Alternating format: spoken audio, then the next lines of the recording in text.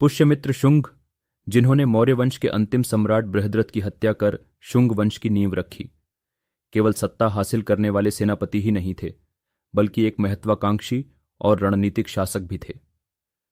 उनका शासन लगभग 25 वर्ष चला और इस दौरान उन्होंने आंतरिक स्थिरता के साथ साथ बाहरी खतरों का भी सामना किया।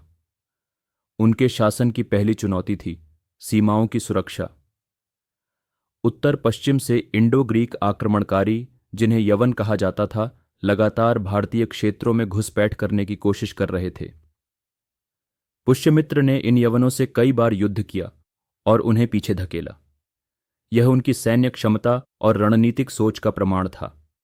पुष्यमित्र शुंग ने धार्मिक और सांस्कृतिक मोर्चे पर भी महत्वपूर्ण कदम उठाए। वे वैदिक धर्म के समर्थक थे और उन्होंने कई अश्वमेध यज्ञ कराए, जो न केवल धार्मिक महत्व रखते थे, बल्कि राजसत्ता और साम्राज्य की ताकत का प्रतीक भी थे।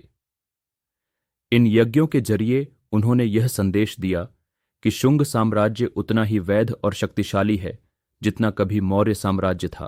कुछ बौद्ध ग्रंथों में यह उल्लेख मिलता है कि पुष्यमित्र ने बौद्ध धर्म के प्रभाव को कम करने की कोशिश की, लेकिन कई इतिहासकार मानते हैं कि यह धारणा अतिरंजित हो सकती है। वस्तुतः उनके समय में बौद्ध और ब्राह्मण दोनों परंपराएं किसी न किसी रूप में फल फूल रही थीं। सांस्कृतिक दृष्टि से पुष्यमित्र के शासनकाल में संस्कृत साहित्य, मूर्तिकला और स्थापत्य कला का विकास हुआ।